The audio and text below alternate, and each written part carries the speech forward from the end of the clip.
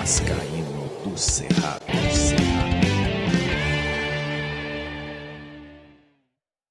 Fala galera vascaína, eu sou o Thiago Fontes, falo direto de Brasília, Distrito Federal, nessa noite de quarta-feira, trazendo mais atualizações sobre tudo que tá rolando no Vasco da Gama. Se você gosta do canal, curte vir aqui assistir os vídeos, vou pedir aquela força, aquela moral que eu sei que você vai esquecer lá no final. Então deixa o joinha, o like e se inscreve no canal, que é importante para o canal continuar sendo indicado na plataforma do YouTube. Bom, vou falar da minha parceira, o XBET, é patrocinadora do canal Vascaíno Cerrado. Amanhã tem jogo na Série A, o São Paulo encara o Curitiba, 1,49 estão pagando a vitória do São Paulo, 4,24 no empate, 6,60 na vitória do Coritiba. Quer ajudar o canal? Nesse sentido também, o link fica no primeiro comentário fixado, você vai clicar, vai abrir uma janela para você fazer um cadastro e aonde está escrito lá código promocional, você coloca do Cerrado e aí quando você confirmar, você ajudou o canal Vascaíno Cerrado a continuar com essas parcerias importantes aqui para o canal. E aí, se quer fazer uma fezinha, o primeiro depósito ou Pix, eles dobram em bônus para você fazer a aposta, desde que seja o valor até R$ 1.200. Um XBET no canal Vascaíno Cerrado em 2022. Vamos lá, né? O Vasco está se preparando para encarar uma final no sábado contra o Criciúma. O Criciúma que vem de 10 vitórias, de apenas uma derrota nos últimos 10 jogos. Né? Ele perdeu por Vila Nova em Goiânia por 1-0, né? Tem 52 pontos e pode encostar no Vasco se vencer. Né? E se ele vence o Vasco, ele vai a 55, o Vasco tem 56, ele fica a 1 ponto do Vasco. Então, é um adversário que não é tão fácil assim, é carne de pescoço, principalmente para o elenco que a gente tem. Então, quando eu tô falando assim, é porque eu quero dizer assim, o adversário é difícil dentro da nossa nova realidade, né? Ou da nossa realidade de alguns anos, né? Porque é uma vergonha você dizer que é difícil ganhar do Criciúma em São Januário, né? Na nossa época de Vasco da Gama mesmo, era atropelo tranquilamente, ali era ponto ganho jogar com esses times aí em São Januário. Hoje não, hoje é um jogo dificílimo, né? Como eu venho trazendo aqui para vocês. E um time que nos últimos 10 jogos só perdeu apenas um jogo, né? Então, o Vasco vem se preparando para essa partida no sábado e para esse jogo o técnico Jorginho vai contar com as voltas do lateral Léo Matos, que estava suspenso, vai ser titular e vai contar ali com o Bruno Tubarão para o segundo tempo, que também volta de suspensão. Uma coisa que aconteceu, tem acontecido nos treinos e pode ocorrer no sábado, é que o Alex Teixeira está treinando no lugar do Nenê, então o Nenê pode ser barrado, pode ficar no banco para o jogo de sábado, e ao invés de entrar com o Nenê, o técnico Jorginho escolheu entrar com o Alex Teixeira. Dessa feita, o Vasco vai com o Thiago Rodrigues, Léo Matos, o Boza com o Anderson Conceição e o Edmar, no meio de campo, volantes, Yuri Lara e Andrei Santos. Aí vem Alex Teixeira com Marlon Gomes caindo pela direita, Figueiredo e Eguinaldo. O que você achou desse time? Você deixaria o Nenê no banco? Deixa sua mensagem aqui que é importante para a gente interagir sobre essa provável escalação do Vasco. Bom, vou falar de um assunto aqui que persegue o Vasco, né? Embora o dirigente lá do esporte venha dizer que os times do Nordeste são perseguidos, né? O Vasco cai para uma segunda divisão por incompetência da gestão Salgado e Campelo, né? Mas com muita ajuda do VAR na Série A, né? Que foi aquele jogo contra o Internacional que diz que o VAR estava descalibrado e o Vasco, o que foi um jogo contra o Bahia que o senhor Rodrigo Guarizo assaltou o Vasco, um pênalti não dado, uma expulsão não dada.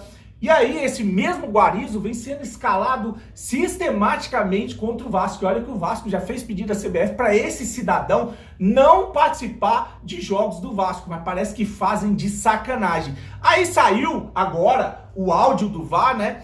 A CBF liberou o áudio da sala do VAR do pênalti marcado contra o Sport. Esse Guarizo fez um escarcéu dentro da sala de VAR para não darem o pênalti para o Vasco. E aí você vê algumas atitudes, como a do Paulo César lá, comentarista da Rede Globo, que ficou gritando que não foi pênalti. E aí o Guarizo também tentando dizer que não foi pênalti, lutando contra a imagem. Aí depois o Paulo César muda de opinião e o Guarizo aceita, ou alguém, um fiscal que tá ali dentro, acaba pedindo para o juiz ir olhar, um assistente, né? O juiz vai e vê que foi pênalti, tocou no jogador Alex Teixeira. Ele fica dizendo que o Alex Teixeira se jogou antes, um absurdo. Inclusive eu já já falei aqui, tem um profissional que saiu da Globo, foi mandado embora, ele direto estava lá, porque ele falou que tem um grupo no WhatsApp de juiz, ex-juiz e da galera da central de apito que interfere diretamente dentro da sala do VAR. Aí a Globo... Porra, de novo, velho.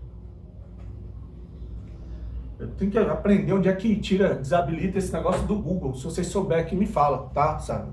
Direto isso acontece. Desculpa, vamos lá. Então, tem que entender, tem que entender não, até perdi o raciocínio aqui. Não, mas é sobre esse grupinho que tinha que interferia ou interfere na arbitragem. Acho que a Globo devia ser proibida de falar.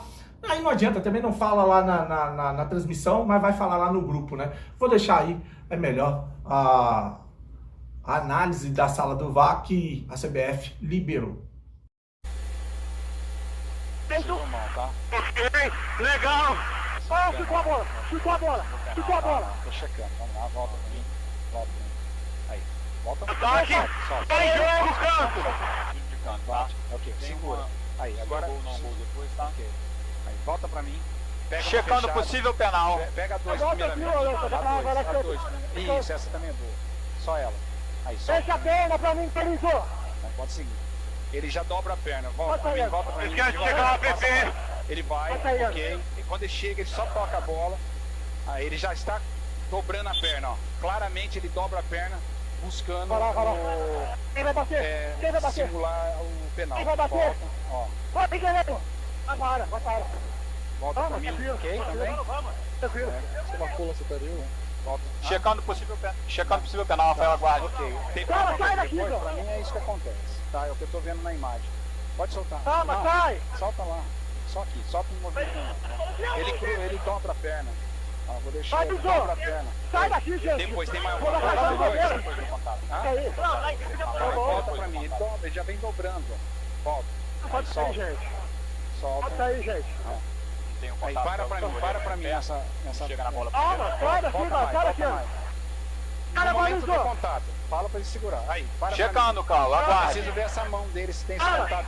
Para finalizar o vídeo, eu vou deixar aqui um advogado especialista em direito desportivo falando sobre uma possível punição ao esporte com perda de pontos. Né? Ele explica que isso ainda não foi aplicado, só que parece que está muito forte as evidências ou a intenção do Tribunal de Justiça Desportivo da CBF, né, pesarem mais a mão nessas decisões que vão ter, porque foi indiciado ali o esporte também no artigo que é para perda de pontos. E isso nunca aconteceu. Então, imagina-se que vão pesar a mão para que sirva de exemplo, porque não tem adiantado só portões fechados, né, perda de mando de campo. Pode ser que esses times sejam usados aí como exemplo e o esporte perder pontos que vão para o Vasco da Gama, só que tem toda uma discussão em torno disso, porque o jogo estava terminando, porque os pontos podem definir o campeonato. Eu vou deixar o especialista aí explicando o que pode acontecer nesse julgamento na semana que vem, já agradecendo a sua audiência, paciência, pedindo mais uma vez para você deixar o joinha, curtir o vídeo, compartilhar. Tamo junto, grande abraço, fique com Deus e saudações vascaínas. Analógico, o Eduardo Carleso, o advogado que a gente usa como fonte, como referência aqui, para entender os próximos passos depois dos acontecimentos de domingo, no Castelão e na Ilha do Retiro. Eduardo Carleso agora vai, bem-vindo à Seleção Sport TV. Nada como voltar ao mundo antigo, né? Realmente é o mundo analógico, né? Infelizmente o digital hoje não deu certo. Bom, eu vou dar uma resumida bem rápida, né? Dos pontos que eu já havia tocado, que eu entendo que temos agora uma mudança aí de postura da CBF, né? Com aí uma determinação do presidente aí, até determinação, um pedido, né? De adoção de penas drásticas, e realmente essa é uma postura que certamente tem o seu peso. E em segundo lugar, e mais especificamente, é o que fez a Procuradoria na sua denúncia contra ambos os clubes. Normalmente nós temos nesses casos a adoção do artigo 213, né? Que trata lá da punição por meio de campo, a punição por perda de mando de campo e de multa. Agora, a Procuradoria incluiu no objetivo, entre as possíveis infrações, o artigo 205, que nesse caso trata especificamente da perda dos pontos da partida em favor do adversário por 3-0. Então, essa é a novidade que nós vamos ver agora no âmbito desses dois processos, porque olhando para o histórico, para a jurisprudência que nós temos no STJD, quando nós olhamos aí a série, os inúmeros casos graves que nós tivemos nos estádios, nós vimos a aplicação de sanções que muitas vezes não são as mais adequadas, são até reputadas muitas vezes como leves, eu diria, sempre aplicando o 213. Porém, agora nós temos essa aplicação do artigo, então, o pedido de aplicação do artigo 205. Bom, nesse contexto, Rezec, o que se pode entender aí de próximos passos e de enfim, argumentações e posições das partes? Possivelmente um julgamento deve ser feito na próxima semana. Isso até já foi colocado pelo próprio STJD em nota oficial no seu site. Então essa rodada agora da Série B vai transcorrer aí, digamos, normalmente. Mas na próxima semana aí vai ter essa avaliação.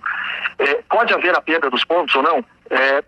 É uma questão, digamos, que não é fácil, porque o nosso histórico, isso eu quero olhar para o histórico. O histórico que nós temos de aplicação de sanções de fatos como esse é de punição por meio de campo, punição por perda de campo e multa. Agora se inclui a perda de pontos. A perda de pontos, normalmente, ela ocorre no nosso sistema disciplinar em casos de WO, em casos de escalação irregular. Mas de violência de torcida, eu sinceramente não tenho conhecimento aí no âmbito da Série A, do Brasileirão ou Série B, de um caso similar. Temos alguns aspectos aí que são, digamos, relevantes para ser levados em considerações. Primeiro, o campeonato chega ao seu final, né? Nós temos aí mais 3 rodadas e uma eventual agora sanção de perda de pontos fatalmente levaria o Vasco para a Série A, seria a classificação automática e antecipada. E considerando aí tudo que já aconteceu no passado, há um certo trauma, né? Quando se fala em perda de pontos no sistema brasileiro, no futebol, porque já vimos essa história no passado. Em segundo lugar, eu acho que também vai ser considerado pelo STJD o tempo de jogo, né? Em ambos os casos, os jogos já estavam por terminar, então, ou seja, não havia, entendo que não havia mais muita capacidade, não, de um resultado ser modificado, ou seja, realmente os jogos estavam já no seu complemento e na fase final. E também, muito provavelmente, o STJD deve analisar se há, por exemplo, reincidência ou não de ambos os clubes, tanto do Ceará quanto do Sport Recife, em situações semelhantes como essa. No último ano, né, que é o prazo que estipula o CBJD. Eu, pelo menos, não me recordo de casos como este. Portanto, me parece que nós caminhamos agora para o seguinte afunilamento. Uma punição ao estádio, em ambos os casos, me parece um fato já. A questão é qual será o tamanho dessa punição, e a grande discussão do momento eu entendo que vai ser essa de perda de pontos, né? Acho que se abre aqui uma nova janela de debate do futebol brasileiro, no sentido de também punir a violência das torcidas com a perda de pontos. Carles...